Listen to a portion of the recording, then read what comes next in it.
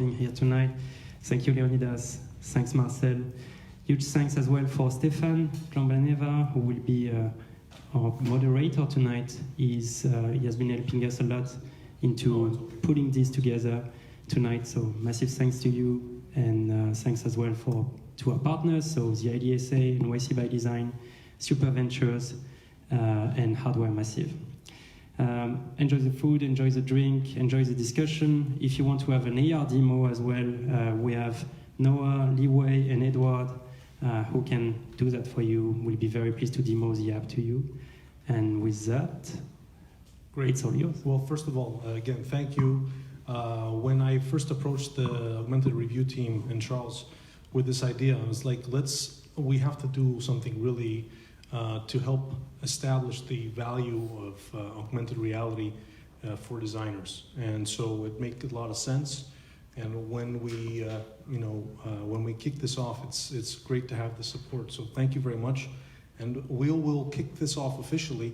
And for those of you, hopefully also that are joining us online, we're live on Facebook. For those that want to tweet about it, you can find them on Augmented Review's Facebook page.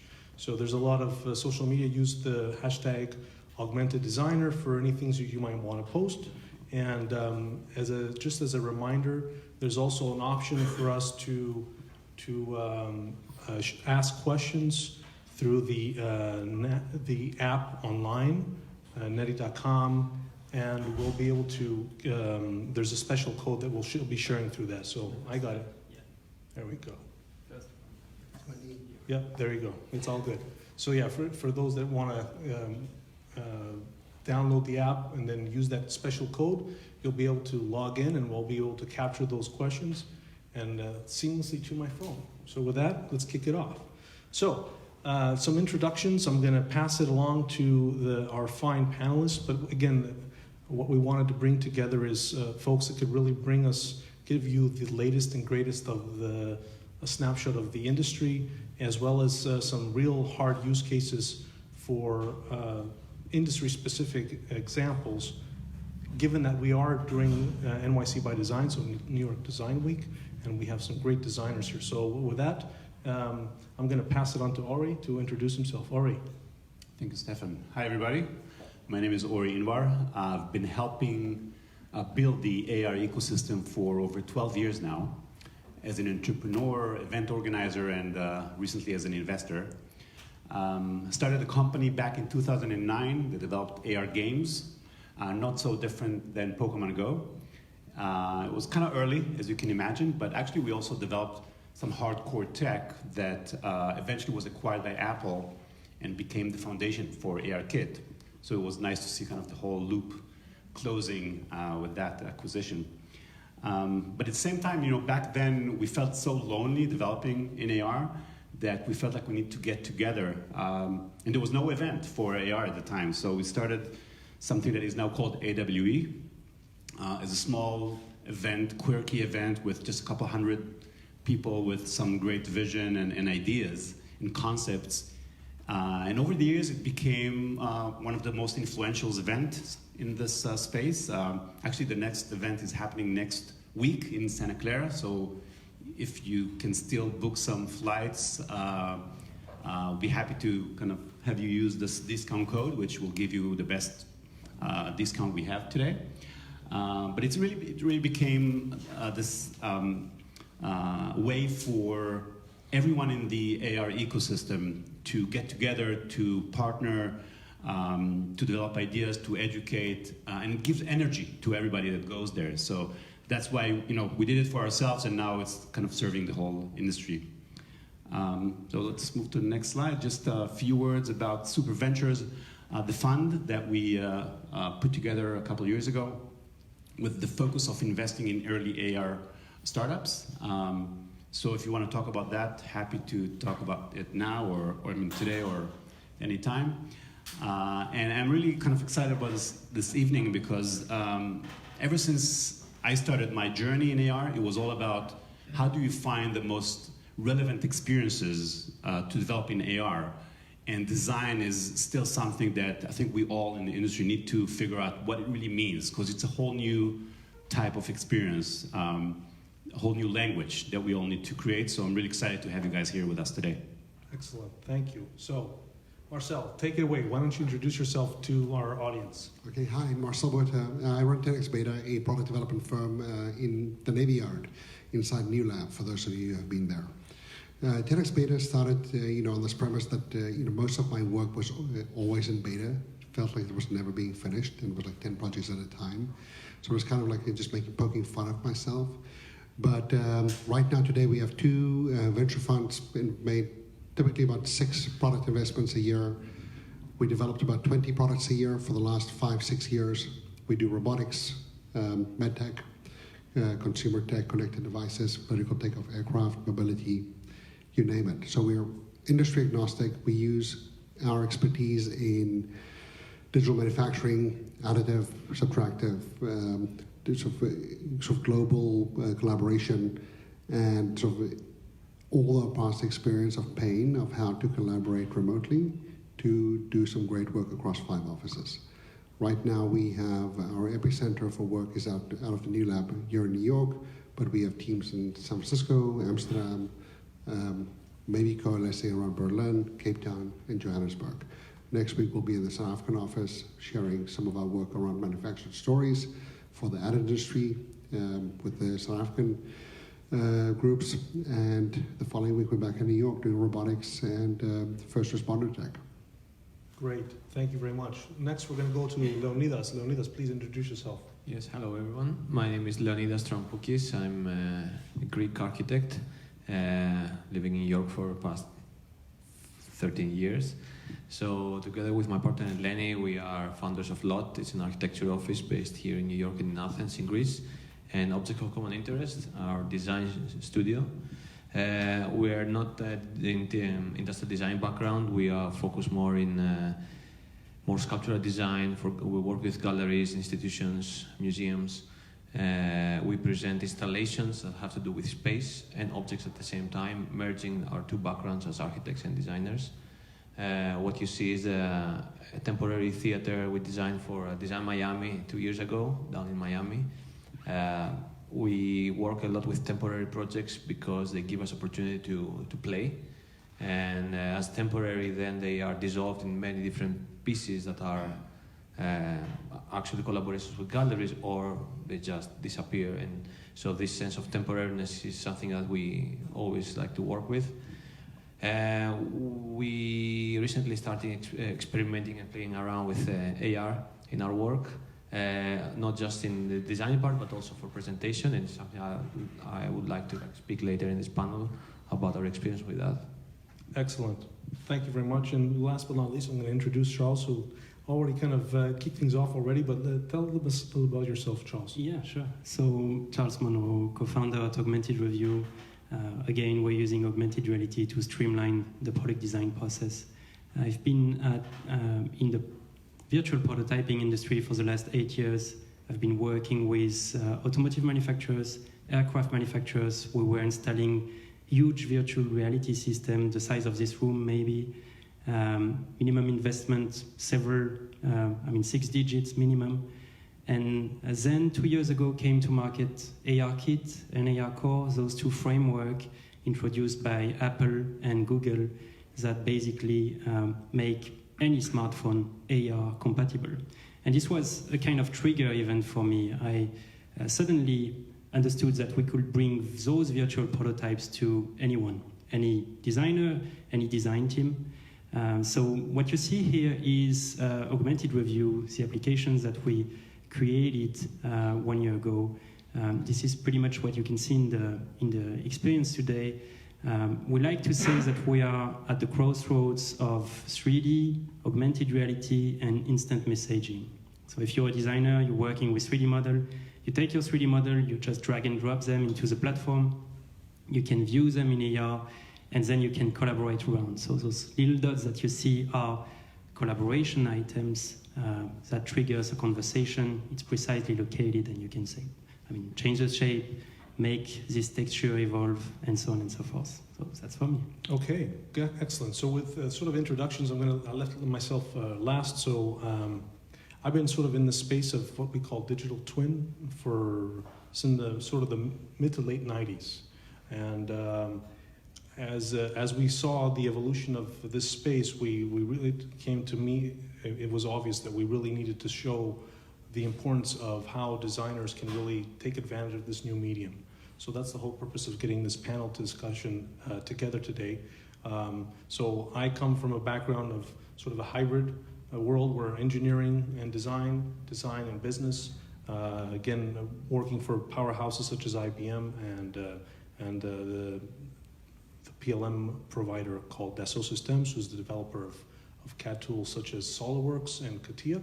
And I've been working in these projects for clients at least the last 5 years with a lot of AR, and realizing what the process that we will need to have to be able to support the sort of this new medium, what we call augmented reality. So with that in mind, we're going to kick things off with a little bit of a kind of where we are, sort of a snapshot of kick things off in terms of setting the scene with a couple of themes that I wanted to cover for our discussion as we kick things off. So in setting the scene, I wanted to sort of show this sort of this eye chart of the current industry landscape, so you can sort of see where things are going.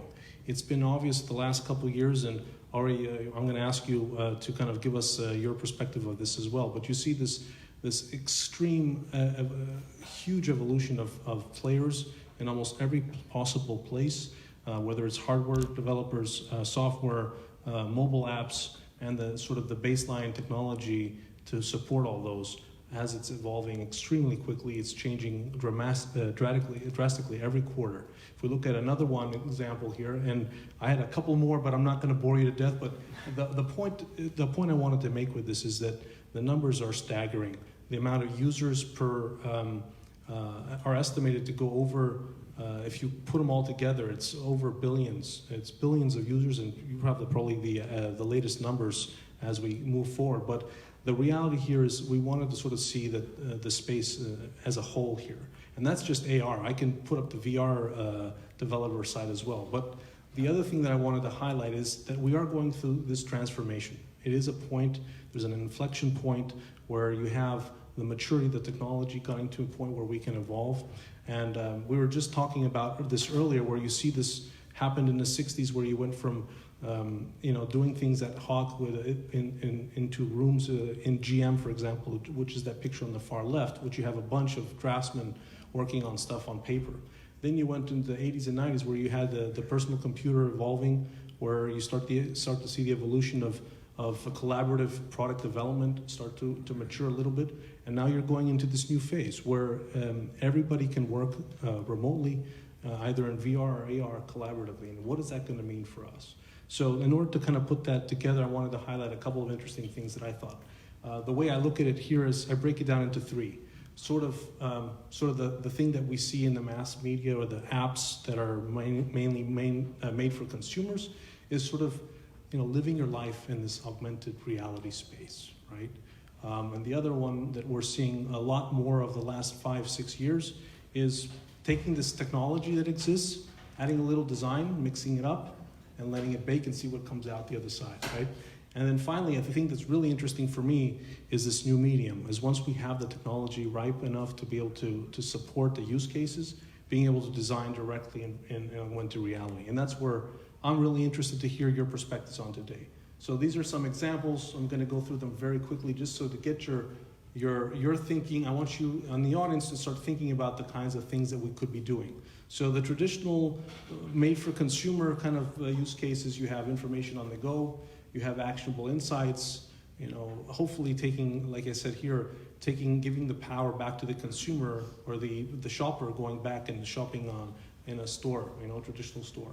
And other examples such as mixed reality for enjoyment, where we can talk about some of the new games that might be coming out your way.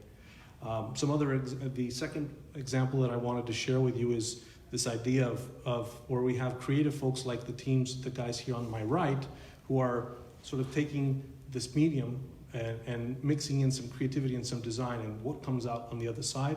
Well, you have some really powerful use cases that you can start to leverage. augmented communication of business plans. So how can you make better decisions faster? How can you conceptually support those case studies with powerful visuals? And then, at the end of the day, how do you create that visual response to an experience, right? And that can be very powerful and help people along the way. I used the Game of Thrones for those that are Game of Thrones fans in the audience.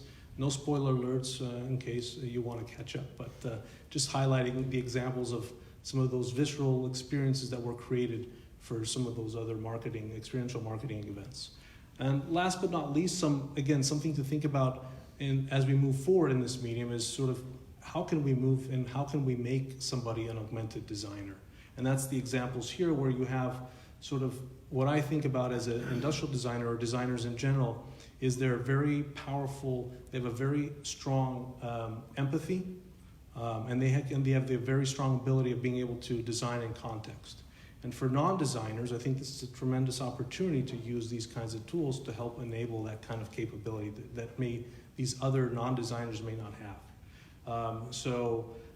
And then finally, last but not least, for those that have been playing in these in this area and in the tools, being able to directly design in 3D, like Gravity Sketch and some of the other tools that we're seeing, not only design reviews, but actually creating directly in that medium.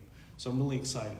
A couple other things to think about here for the introduction is balance, and I'll point directly to this, is it's not only about the technology, but we need to make sure that it's just like spinning a plate. You can't have it all going one way, otherwise it's gonna fall down. So you have to be able to mix this, have this right mix of technology, usage, business case, and the brand identity and staying true to your brand.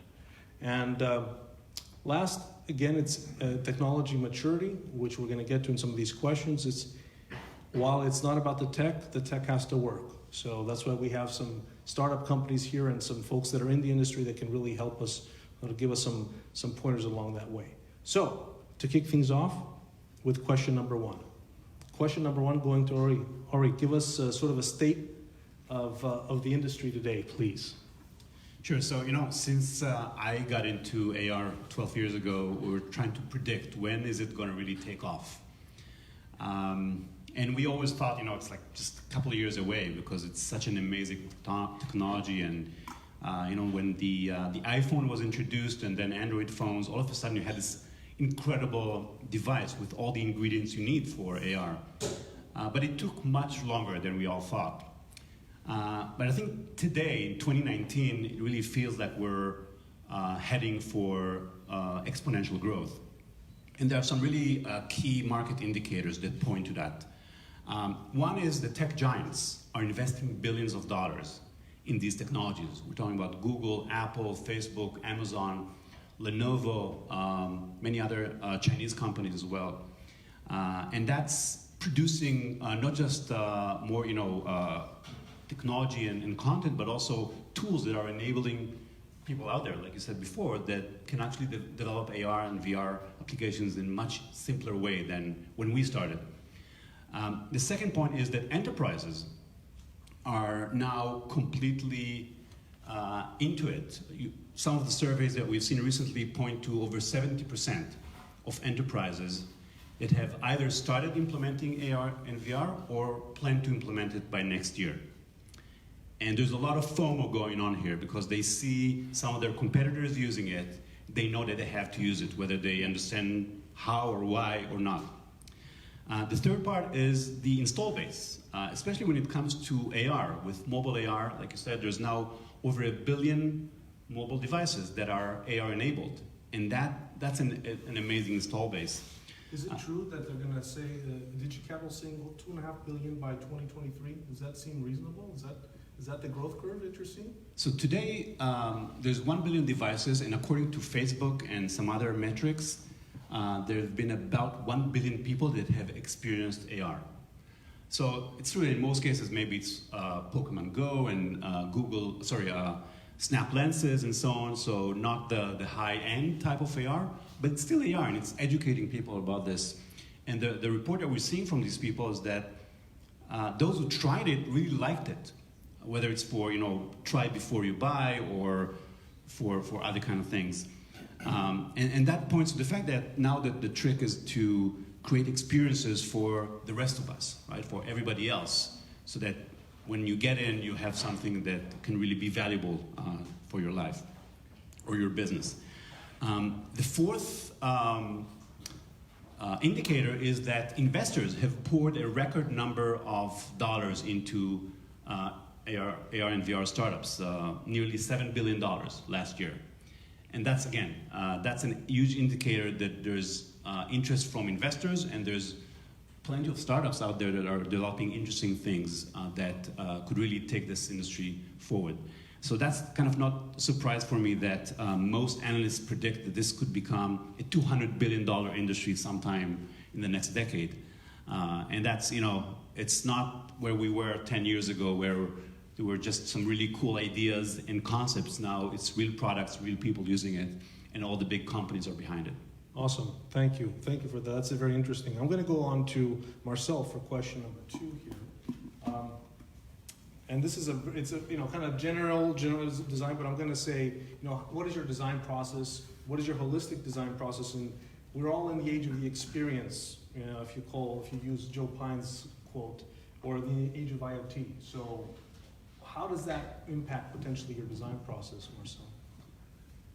For me, my design process has evolved over the last 20 years from, being at the forefront of the design challenge, being that person that generates the designs daily, to being the person today that has to facilitate the design experience and design tools for 20 other people, which is a very different role than, I have strong design desires and expressions and opinions, and it's very hard to impose these on my team, because we have an extremely talented group of people that I work with, and my sole goal today is to build a design business that's interesting at all levels, from venture to philanthropy.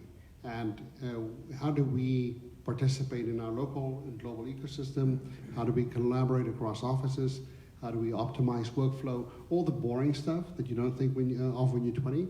But the stuff that really, when I started visualization, 2D visualization and animation was all the rage in the 90s. Then 3D printing in the early 2000s.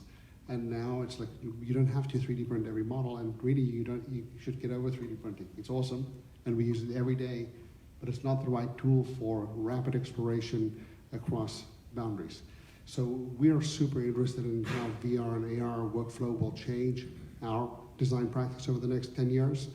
Gravity Sketch and the ideas and the tools want to be better all the time, and all the money that's being poured in right now, you can see the rapid effect it's having on the way the way that we can, as a design office, use them without investing $1 billion ourselves.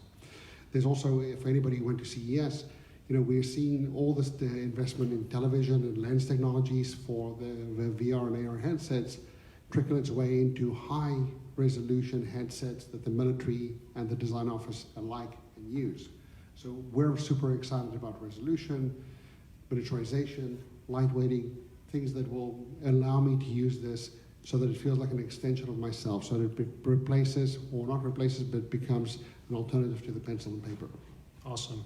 Leonid, I'd like you to weigh in on this as well, from an architectural perspective, I think, as well. Yeah, I think I would totally agree that we are a completely different type of studio, like smaller scale, more. We try to be more involved in boutique projects, and efficiency is even more important for us, that we don't have usually the capacity that you have or the capacity that larger firms have.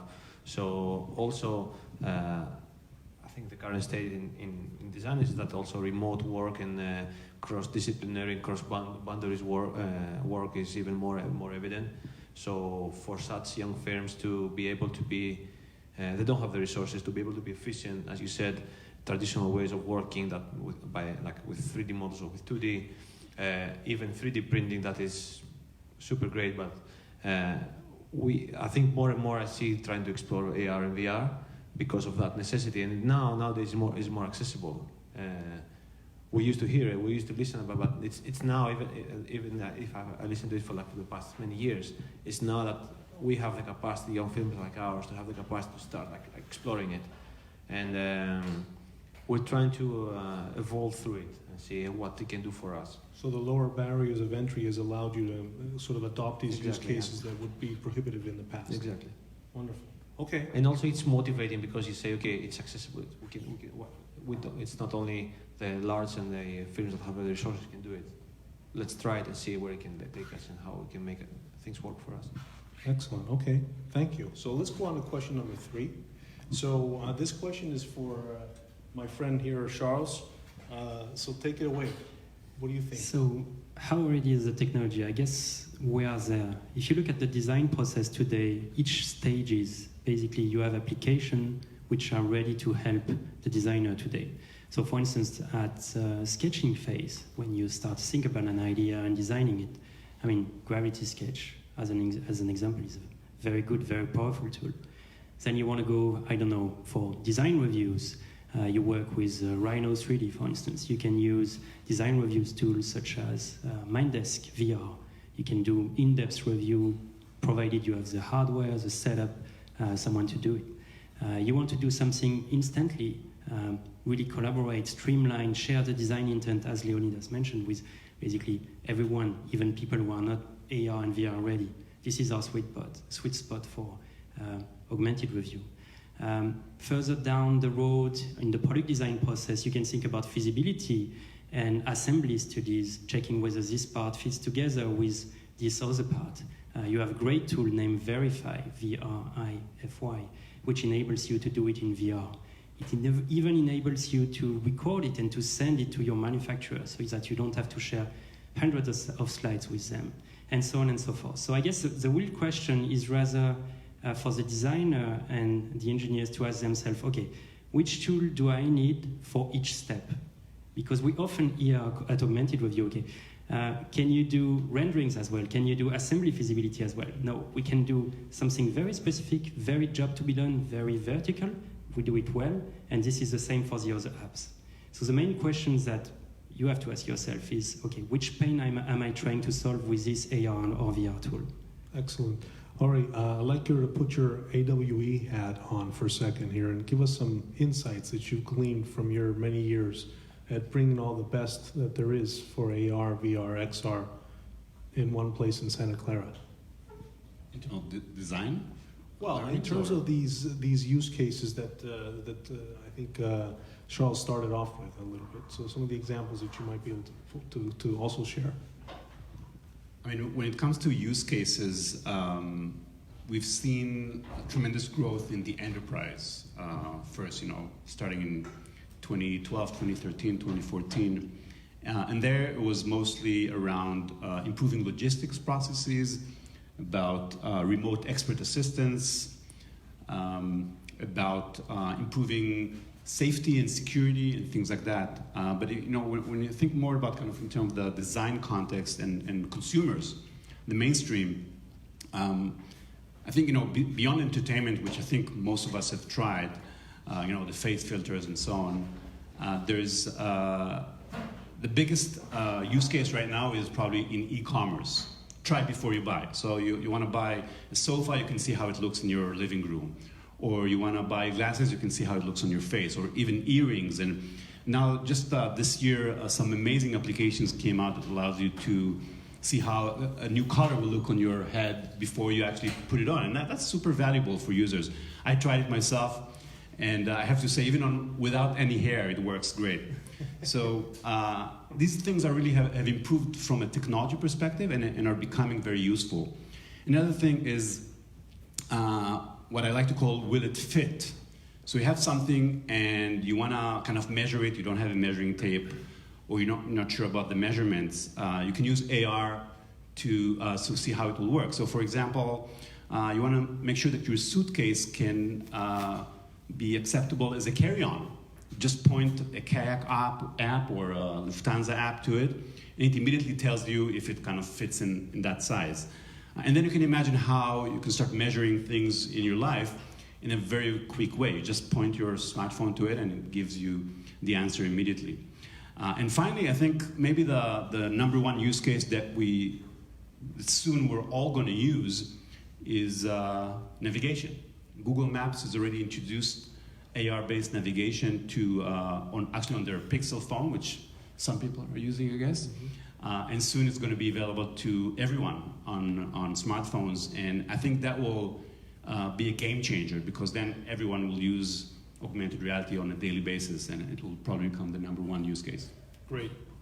You want to add something? May I add a question maybe for Marcel and Leonidas? I mean, have you already brought your design to customers with VR and AR? I know you did, but maybe can you tell us a bit about this experience? Yes, we have in a couple of cases already, and in terms of like in a context of a review or of a very preliminary design, not as a final presentation, which I really, this is what we're looking for, because I think it's a really good tool to convince. The way we used to convince many years ago with like this super high resolution and like realistic renderings. But this time it is something that you don't fool the other party, because it's there, it's real, and you can see it and almost touch it. And I think that has been appreciated from the other side. And then things don't need to be perfectly refined, like flashy renderings and lighting and like amazing details, because everything's acceptable when you see a physical thing. And that helped us a lot to like communicate our design without doing that much work, because we used to have put so much effort to do a presentation, but now we don't need it. Yes, in the early 2000s, I used to pay rent from photoshopping 3D renderings. And that level of perfection that we were striving for then is not something that we're looking for now. Of course, Keyshot and other outputs are giving you real-time, high-resolution VR environment renderings if you want it. But our clients are in awe if they just see a working concept model that they can touch. There's this sense of ownership. I can touch it. It doesn't need to be a 3D print. It doesn't need to be a final object. That in-process flow and the ability now to start looking at portable VR systems and eventually for portable AR systems that they can play with, and then as simple as on your phone.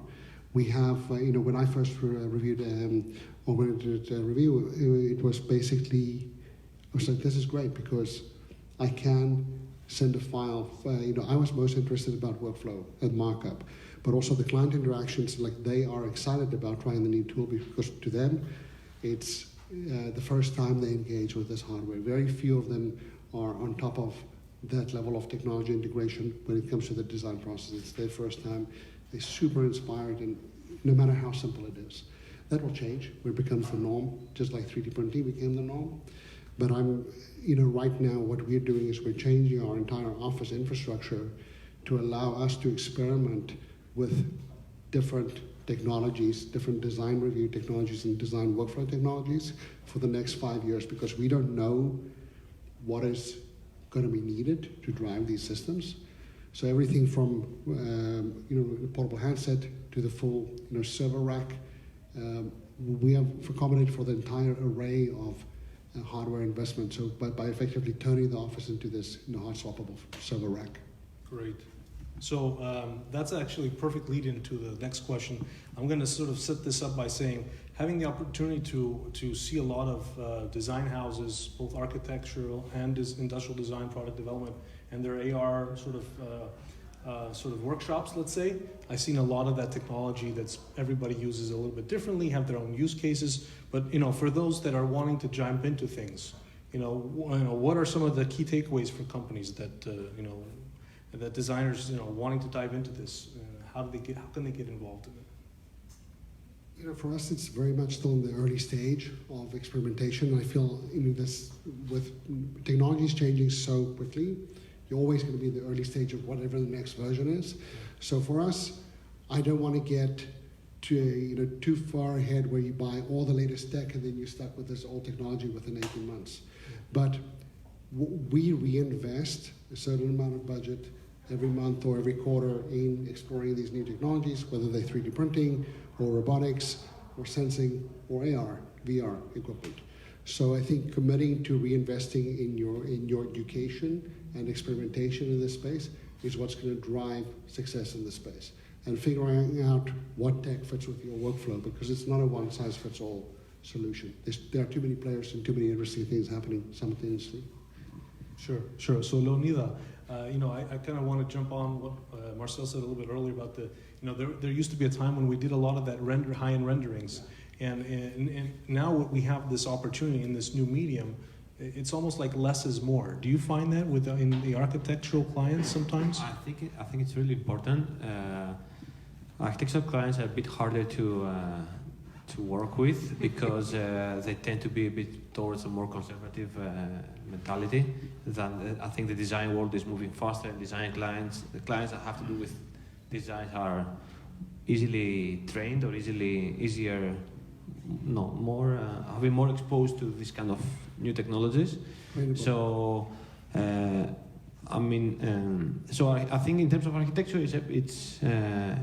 it happens in the very high end of the projects, and we're still a small firm, so I think there are much bigger players that can reapply. I was telling these guys earlier that I was 10 years ago. I was very impressed. I heard a lecture from Ben van Berkel from UN Studio, a studio from the Netherlands. They were doing a project in Stuttgart, and maybe 15 years ago they were using these kind of technologies that to me they were unheard, experimenting still. But the lecture was all not about the architecture, it was about training the owner, the client, to believe them.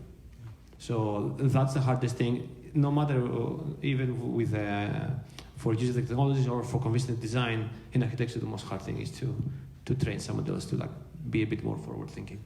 Yeah, I have an interesting anecdote from 2003.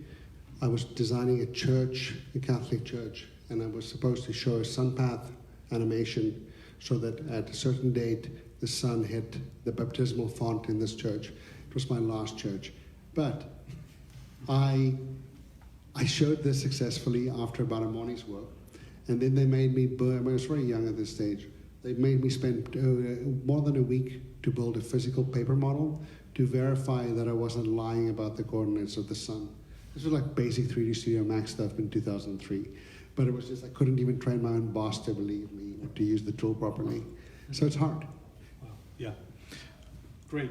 Thanks, guys. Unless anybody on this side wants to chime in, I have a question for you already, number 5. So kind of putting now your wizard hat for what's coming next. What do you think is kind of just over the horizon when it comes to AR?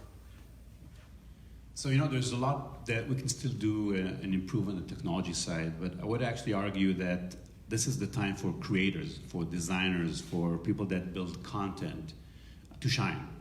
The tech is good enough. We have the tools. We have devices out there. Now let's create experiences that will delight users and will be essential for their lives. So for me, that's kind of the big focus. But the question is, what is good design? How do you design? What's the new language of interaction in a world where there's no keyboard and mouse? And these questions are only partially answered at this point. So I think the big things that we'll see in the next couple of years is kind of this language evolving, new techniques, new methods, not technology, but new methods of how to design and how to create interactions that really take advantage of this new medium. Okay, Charles, would you care to weigh in a little? Fully agree on that.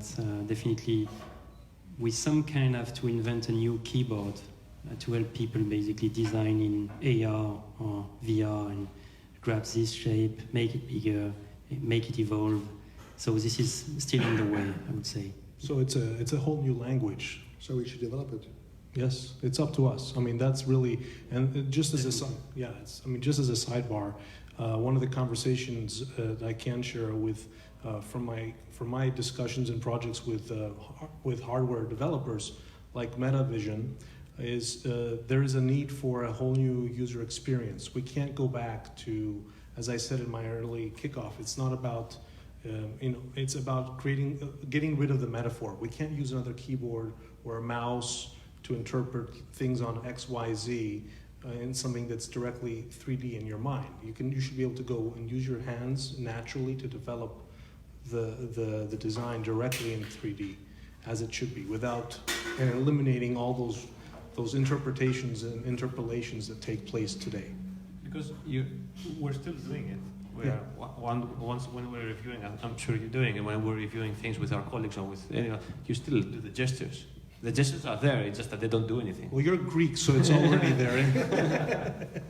So, guys, as a sort of the question 5 to you as well, but a little bit of a twist. So, keeping that in mind, I have because you're more on the creative side, I would say, architecture, design. I was presenting with one of the designers, senior designers from Unity, speaking before me, where he kind of stood up and he said, with AR, I think there won't be a need for designers in the future because it's going to be designed automatically. So for the creatives, which I'm part of that as well, I want your input on this particular spot. So Marcel.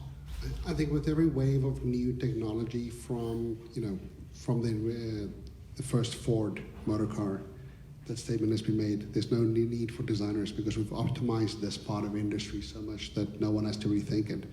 Ford obviously was the precursor to a massive car industry today, and it's being disrupted again by newcomers. I think that it's kind of a naive statement, but it's the perfect statement to make to aggravate designers, because sometimes they need to be aggravated to really step up to the plate and design new interfaces. Designers are very easy to say this is too hard, I don't want to understand all the technology and all the sort of context or contextualization of what makes this design tool work. I think once you get out of that comfort zone of using the tool effectively and you start looking at the software, the hardware, the sensing, then you can start looking at what kind of interface is going to drive the future of interaction for VR, AR, and future tools. And I'm sitting here and there's some great things that we can talk about, or maybe build prototypes around, just to make AR experiences better. And that's what I hope to do for the next 5 years, is create that platform for experimentation where we can just make this part of our normal output and just sort of get under the hood of what makes it tick. Leonida? I think that designers are among the easiest people to adapt to new circumstances and new areas of play. And I think that has been there historically.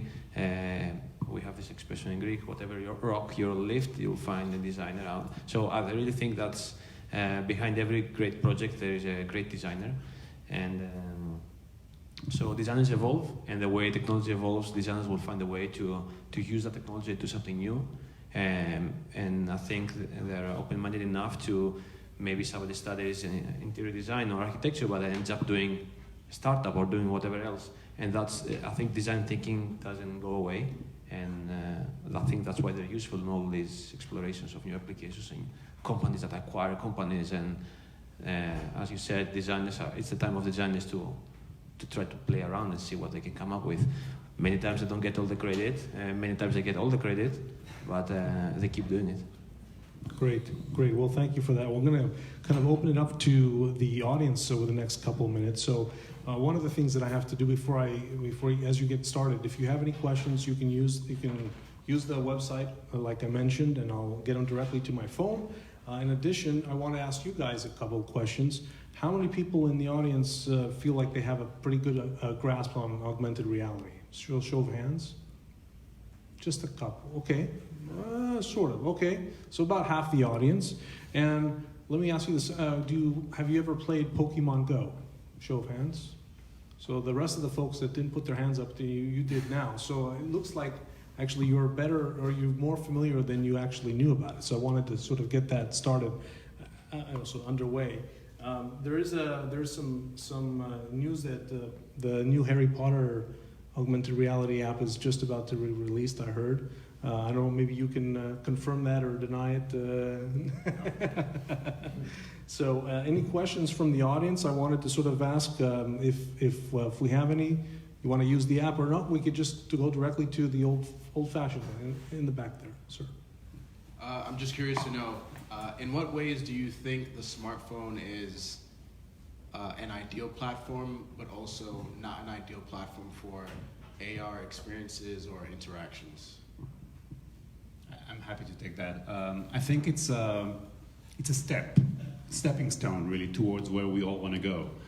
I think it's pretty clear that we want to, when AR becomes really powerful when it's hands-free, when you can just see the information overlaid on the world somehow, whether it's using glasses, projection mapping, magical mirror, whatever it is. But we don't have that technology perfected yet in a way that can, reach the mainstream. And that's why we need this smartphone as sort of a window into that world. And it's good enough. Again, I think based on the technology that is out there, based on the experiences that we've already seen, it's delivering quite a bit on the promise of where AR could go. So you still look into the world through a screen, so it's not exactly interacting directly with the world, but it's pretty close to that. So I think for now, or for next probably couple of years, it's the ideal platform that we have on hand that is available to 1 billion people out, or 2.5 billion people out there. But where we all really want to go is into some form of smart glasses where AR is everywhere you look without the need to hold anything in your hand. Yeah, anybody else want to weigh in on that? Or Yeah, I was at South by Southwest. I came across the Bose AR headphones, so with the sunglasses with the speakers surround sound in, and I was kind of disappointed at first. They're like, "Oh, the software is not ready yet, but here's the hardware. You can, have it's a cool mic, earphone headset."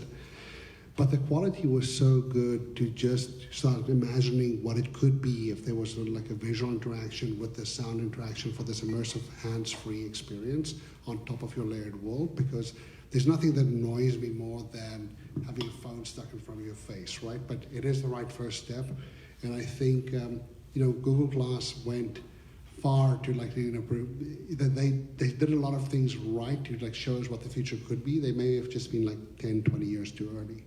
yeah, I think that's a good point to add to that. I think you hit it right on the head. There's a new study that just came out that said they're about 50% more time. They'll spend more time on an app, on an AR, VR app, if there is sound involved in the experience. So the engagement is so much more there if you have that additional level.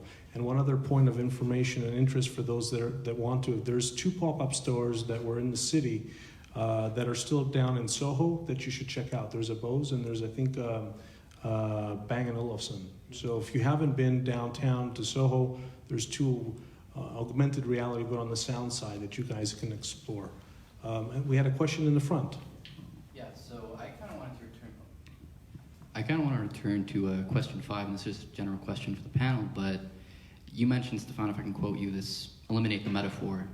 But if we look at all the other kind of technology that's kind of advanced since we talked about the keyboard and mouse, there's a reason that technology, there's hints of it in the smartphone, for example. You have a keyboard.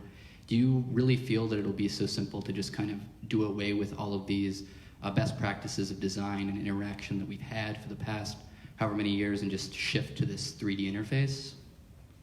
No, I think you're going to still use all the traditional tools. Most of us, it depends on your age, right? So I drew on a drawing board. It's like that, those transition moments. So 25 years ago, I drew on a drawing board, and before that on an easel, and after that in CAD and CAM and then 3D, and all the way to where we are today. And I would say that the interfaces and the experiences that we design will layer on top of what is existing and functional. It takes you up to 2 weeks to learn a new interface. You're not going to suddenly jump and forget everything that you were trained to do. My 4-year-old kid can navigate her mom's iPhone and remembers all the security keys for all the phones and devices. She's 4 years old. And I don't know if I was able to do that at 4 years, but that's her world. So she's, I think it depends where you come in, and it depends what your history is. Maybe if you never learn how to type on a keyboard and everything's voice recognition and Alexa's your friend, then it's a different world. I'd like to add to that. To answer your question, I don't think it's going to be easy, but it's going to be more natural. Because if you think about it, computing, as we know it, personal computing is only around for 40 years maybe.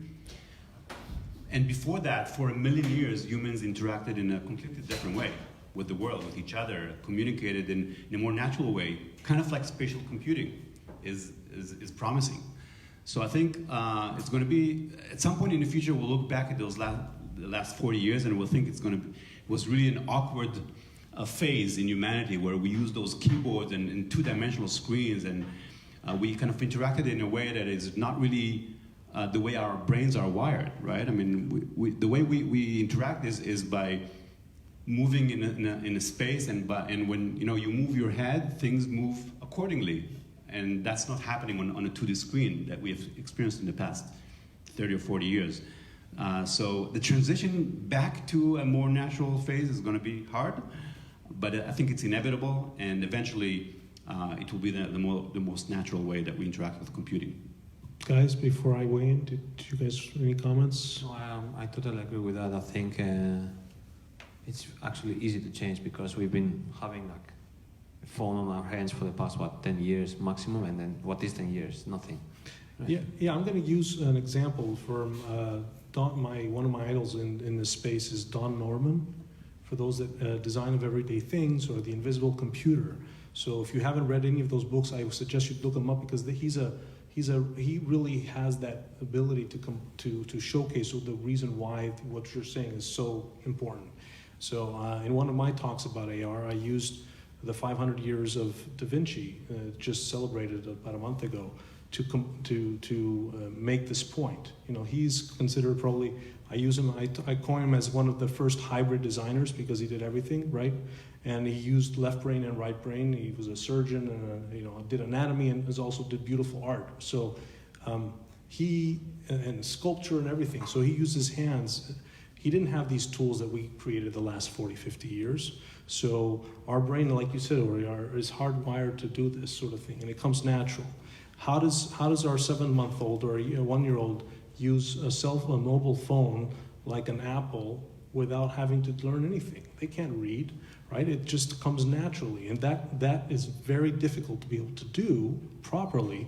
But if you can do it, I think that's where it's going to have tremendous payoffs, and it's going to be able to really become a ubiquitous new language and medium in which we can creatively make stuff in a much better way, in a much more natural way for a lot more people than just the experts that are in this field that spent 20 years mastering a particular tool or a device to input data. Any other questions? No. I think going back to something that's more natural, I think that's super fundamental because what is life if you're holding something in your hand all the time, right? It was never meant to be like that. So I think going natural, it will be the hard thing to happen from this stage. It will be very hard, but I think it has to happen. Great. Any other questions from the panel, from the audience? One more. Switch it back, and we'll come back to you last. How do you see the role of the professional designer changing as tools such as this, especially in tandem with 3D printing, moves more into like the household? I think it's the same as, software. The question that you're asking points to, the companies that launch software where you can design your own house in your own household, right? So from the design perspective and the complexity of creativity at scale, I've seen people sort of assume that they can just do it themselves because, design is easy, architecture is easy, product design is easy, but it's not. Because it takes a lifetime of training to just almost get it right. And I think these tools will make its way into the household, but they will be applied in different ways in the design office versus the household in terms of education, early access, training, and professional services. I think the same tools will be used in different ways. But I always cringe when I see like another company launching that's going to help you design your 2.5 bedroom house efficiently for the suburbs. I'm like, why? For that, I think that AR and VR and this kind of more like natural visual technology will be easier to get into the homes because it's not tangible and it's more accessible. And as you said, it's already there. Nobody was really gonna 3D print things at home. I don't think it will ever happen because It's we're still consumers and we're gonna get it from somewhere. And but I think the opposite thing will happen with AR. Yeah, I think the promise that we had from Back to the Future was that you can order a recipe for something offline and then it will just constitute itself in your household. But miniaturization, if we really look at the physics of making something out of nothing in a household with core chemistry, that's, I want to say, hundreds of years out. It's like maybe it's not our near future. But so I agree with you. Yeah. We're not going to make everything at home. I think what happened though was that everything became much more accessible. For example, you can go online on Amazon, you can order anything you like and arrive the same day, or you can 3D print whatever you like and have it in the same day. So all these application companies came up, and so you don't really need to have anything at home because you can have it super fast and super easy. Yes, it's a business problem. It's a cost-benefit analysis for having it at home versus having it sort of near your home. Yeah, and there are some, there are really powerful use cases. I don't know if you've had a chance to use that NBA VR, but you get to see courtside what the action is like. I mean, how many people can actually afford $5,500 tickets at Madison Square Gardens or down to watch, your favorite basketball team? Well, now thousands upon thousands of people can see that experience. It may not be the real thing, but for not being able to ever experience something like that ever, it is the next best thing. The scary part is that maybe that will become better and easier so that it will replace the actual experience. And it has happened already. See people Instagramming, right? It has replaced actual experiences with different kind of experience. Everything happens for something else. Yeah. The downside of potential unintended consequences of these technologies. I think we're the human race and all the technologies that we sort of develop over our lifetimes are in constant tension with our social interactions with each other and with the world. So that tension is not going to go away. Well, spoken like a true designer. I think we're going to wrap things up. I have one last question for Ori. Just putting your other hat on now. So Super Ventures, sort of think about that as an investment perspective for what are the lessons learned for those that are sort of scouting those new technologies that you might be looking for, in a company to invest in? Like we talked about, 3D printing is sort of, it's maybe past its heyday. Now we're looking at AR and VR is really taking off. What other, is it the hardware manufacturers? What should we, how would you respond as a sort of from a investment perspective? You're asking this from an entrepreneur perspective, like what should you think about? So I think, for me, it's really important to understand that this technology was actually born 50 years ago. And if you want to build something for the next 5, 10, 20 years, I think it's important to understand this history, because people have made all the mistakes possible, whether it's on the tech, on the user experience, on the use cases, on the business models. So before you start something, of course, focus on something that you're passionate about, a problem that is really important to be solved using these technologies. But also look at what others have been doing in this space and make sure that you're really ready to kind of compare yourself to those and explain or show how you're different and better than any of these things. Because, especially when you meet someone like myself, people that have been in this space for a long time, we've seen everything. So we've seen, several thousand companies pitching in this space. And many haven't done this homework of really looking at what's happening in the competition. So it comes up very quickly in the discussion. So that's kind of my tip. Great. Well, I'm going to ask the last question to the audience. What can you imagine as the new generation of augmented designers? We'll put the question back out to you. You've had a chance to sort of hear from some of the experts in the field. Where do you think augmented designers can actually go to? What could they be doing using this new medium? Thank you very much.